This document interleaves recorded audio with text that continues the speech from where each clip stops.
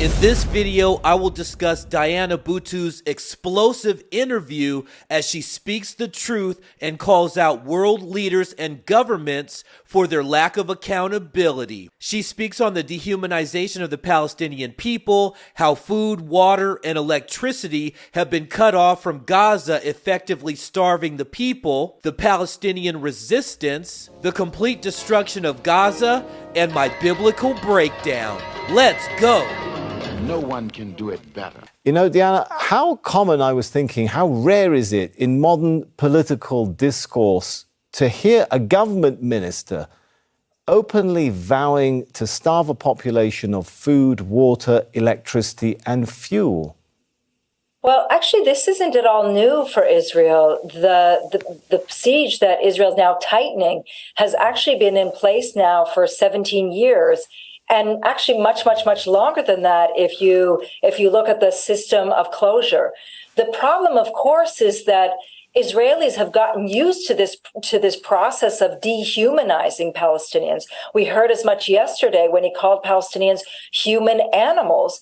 And the fact that he gets to do so with complete impunity, it's this that has led to the events of this past week, that somehow they believe that they can do whatever they want to Palestinians and that history only began on Saturday, discounting 56 years of military occupation, discounting 56 years of what they saw over the course of the past 48 hours being meted out against Palestinians for 56 years. So it's not But Diana, at all if I could jump in, something has changed, though, right? This was a territory, obviously. Gaza has been under siege for 56 years, according to international law. Under occupation for 56 years. It has been under siege for 16 years. But now what Israeli officials are talking about is total siege and restricting, not just restricting, stopping completely the flow of very basic vitals of life. Yes, absolutely. And so what they're now gearing up to, I want to put it in its context so that people understand this is not new, but they are intensifying it. And the whole point is that what they want to do is commit mass atrocities. And sadly, they're being given the green light by the United States and by other countries around the world. Diana BUTTU long has been a champion for the Palestinian people and calling out the evils of the occupation, which is a part of my axis of evil, as you're seeing. The fact that the population is being starved, that they're not allowing water, food, or electricity in is a simple war crime. It's a war crime. You cannot do that against people, against human beings. And the problem is that this type of action against the Palestinians has become normalized because for so long, nobody's done anything. And all they do is dehumanize these people. They're calling them human animals and they're comparing them to ISIS for resisting being occupied. And if you guys think this history just didn't start when this war started 6 days ago, this started 56 years ago with this occupation of these people. And atrocities are being committed, they're seeking to be committed against these people. And the reason why this continues on and there's no accountability and the nations just turn a blind eye to it is because of this verse, Psalms 83:5. For they have consulted together with one consent. They are confederate against thee. That's what we have. We have an entire world turning a blind eye and being confederate against these defenseless people. Next clip. Make sure you guys go watch this video. Syria has seen enough, joins the war. Saudi Arabia and Iran huddle, Gaza destroyed. Go watch that video. Next clip. How have we reached this point in terms of complete failure of the political process and the political systems? Through a number of ways. The first is that there was a lot of emphasis on negotiations and somehow two-state solution rather than focusing on the problem, which is military occupation and the denial of freedom and the ethnic cleansing of Palestine. That's one. But then beyond that, it's that there has never been in place a system of accountability regarding Israel's actions. Israel's never been held to account. My friend, your colleague, Shireen Abu Akleh, is just one example. She was assassinated on May the 11th of last year, and to date, nobody has been held to account for that.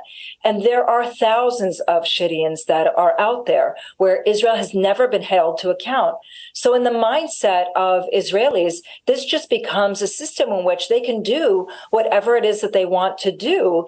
And let me jump in, Diana. It. You're right. A lot of international organizations have documented killings of what they consider to be extrajudicial killings of not only journalists and civil society workers, but other Palestinians or members of the Palestinian population. And they say very clearly there's a lack of accountability. Let me present to you, though, the Israeli narrative. And they would say what has paralyzed the political process is what they call terrorism by these Palestinian groups, that they keep practicing targeting of civilians and attacks on civilians, as the likes of which we've just seen, sadly, a few days ago, and so many people lost their lives. You know, this is, again, trying to flip things on its head. This is not a two-way occupation. It's a one-way occupation. Israel's doing the occupying, and Palestinians are resisting and trying to obtain their freedom. And if they don't like the response, which is violence, then they have to get to the root of it, which is occupation. End occupation, there won't be violence. But that's the problem, is that everybody keeps flipping it on its head, demanding that there be a peaceful occupation. And even then, Israel doesn't do anything. So I think rather than the world blaming the victims, being the Palestinians, they should be looking at themselves and asking themselves, how is it that we've left this system in place now for such a long period of time? How is it that in 2023, we're still talking about the denial of freedom? How is it that this system is still in place and is now apartheid? How is it that this continues to happen? And that's where the problem lies. We need to have adults who are going to come forward and hold Israel accountable. Without that, Israel continue to do whatever it wants and dehumanize Palestinians in the process, and then be shocked when there is a response. Absolutely well said. Absolutely, this woman is speaking the truth, because there is no accountability. They've been focused on this two-state solution forever instead of focusing on the evil and the atrocity of the occupation itself. The world never seems to hold Israel accountable for what they do against these defenseless Palestinian people. And Israel goes on to call them terrorists, and terrorism is what they're doing, is they're resisting being occupied. They're resisting a military occupation. The Palestinians are not occupying the Khazars. That's not what's happening here. They're resisting an occupation, and because they resist the occupation, they're called terrorists. And you guys think, what if this was you? What if you were being occupied like this? What if you were living in these type of squalor, horrific conditions? And now, I mean, Gaza's pretty much all destroyed now. So the Gaza's pretty much gone. But I mean, just think as a human being. This is clearly wrong. This is clearly against international law, that these actions that are taken against these defenseless people. And here's a verse, Zechariah 11:5, whose possessors slay them and hold themselves not guilty. That's the reason why there's no accountability, because they're holding themselves not guilty. And they that sell them say, blessed be Yah, for I am rich, and their own shepherds pity them not. There is no pity for the Palestinian people. Nobody cares. Everybody goes about their lives. If I go outside right now, I'm going to see just tons of people shopping, enjoying the sun, acting as if nothing is going on. But the Father sees it. It's being counted. There are angels that are writing down every single atrocity, and there will be righteous judgment for it. And you guys that love these TV interviews by the people that speak the truth on live TV, go watch this one. Professor Khalidi tells the truth about the Israeli occupation of Palestine. Next clip.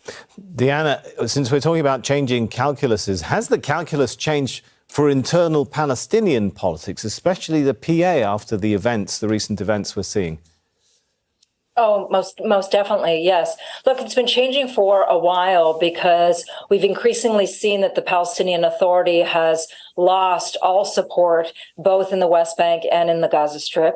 We are, of course, seeing that more and more people recognize that there needs to be resistance to military occupation, and the Palestinian Authority has done absolutely nothing to protect Palestinians or to even offer an alternative.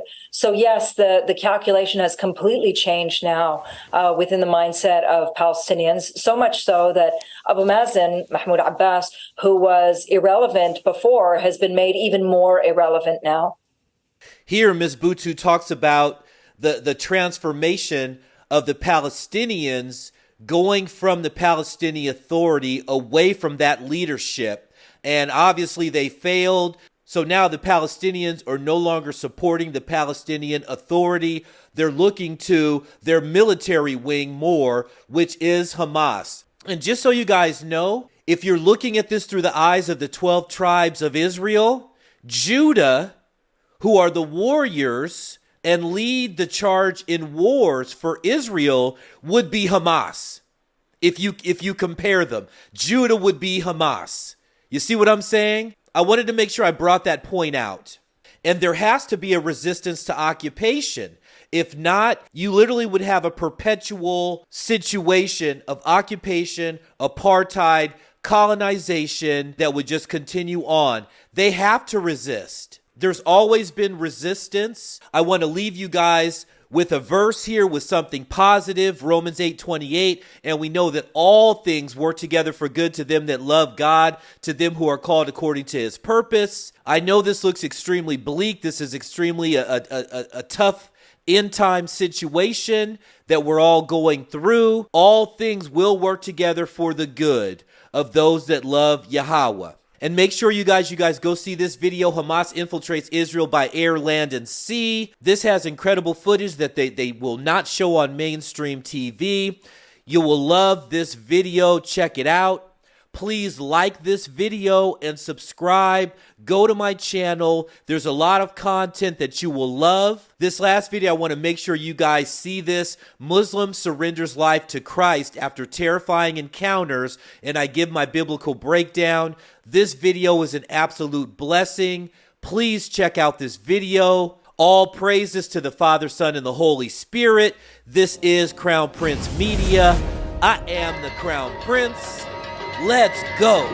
No one can do it better.